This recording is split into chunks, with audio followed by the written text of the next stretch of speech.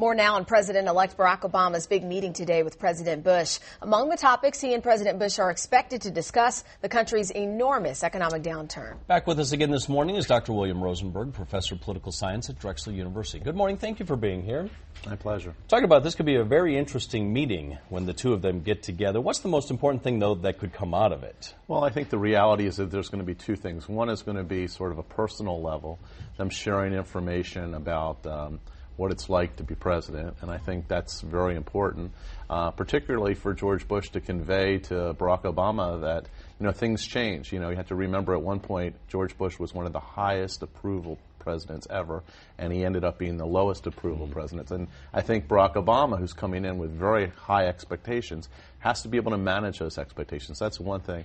And the second thing is to really discuss some of the hot spots around the world in terms of how to deal with them, both domestically and internationally, with the economy and also with terror. I was listening to some reports this morning. We keep hearing that, Barack Obama is going to quickly reverse some of Bush's policies. Do you agree with that? Do you think that's probably what he'll do? Because there are some things he can do, just on his own as president.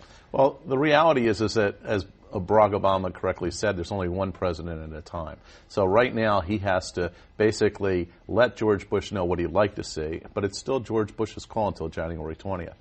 The other thing is that until you really get into the seat and you really get all the information and you get all your people in place, you're really having an expectation about what you'd like to do, but there are also certain realities that may come to bear on Barack Obama that he's going to have to potentially change course on. Everybody's looking to see what he does with the economy, and Wall Street was looking for a Treasury Secretary to be announced last week, or right when he was elected, but you say that he's got a pretty good problem on his hands. He's got good choices all around. Yeah, when he went up last week and made his little speech about economics, he basically had four top qualified people who could all serve as Treasury Secretary. And I think, he's doing some heavy-duty vetting, and also wants to make sure that all these people feel real connected to the problem so that he can probably tap them for additional advice, additional suggestions as we move forward. It's not just a one-shot deal. Sorry about that. There's been so much talk about Rahm Emanuel, Obama's White House chief of staff, being, kind of the tough guy, almost like good cop, bad cop, if you will.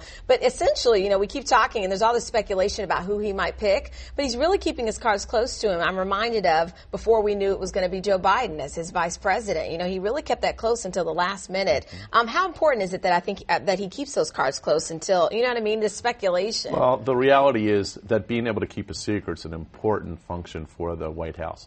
And so far, the Obama administration, as a campaign staff, has been very successful at doing that. They've been apparently very well managed. They've been very much on message. And when they make a decision, they've seemed like they have really vetted it fully. And that's one of the reasons probably why Barack Obama has such a presidential appeal to him. He doesn't seem like he's learning on the job. Well, he's got a lot on his plate, but he seems ready to want to jump in and tackle them one by one. Dr. Rosenberg, thank you so much for being here. Good to see you. We appreciate it.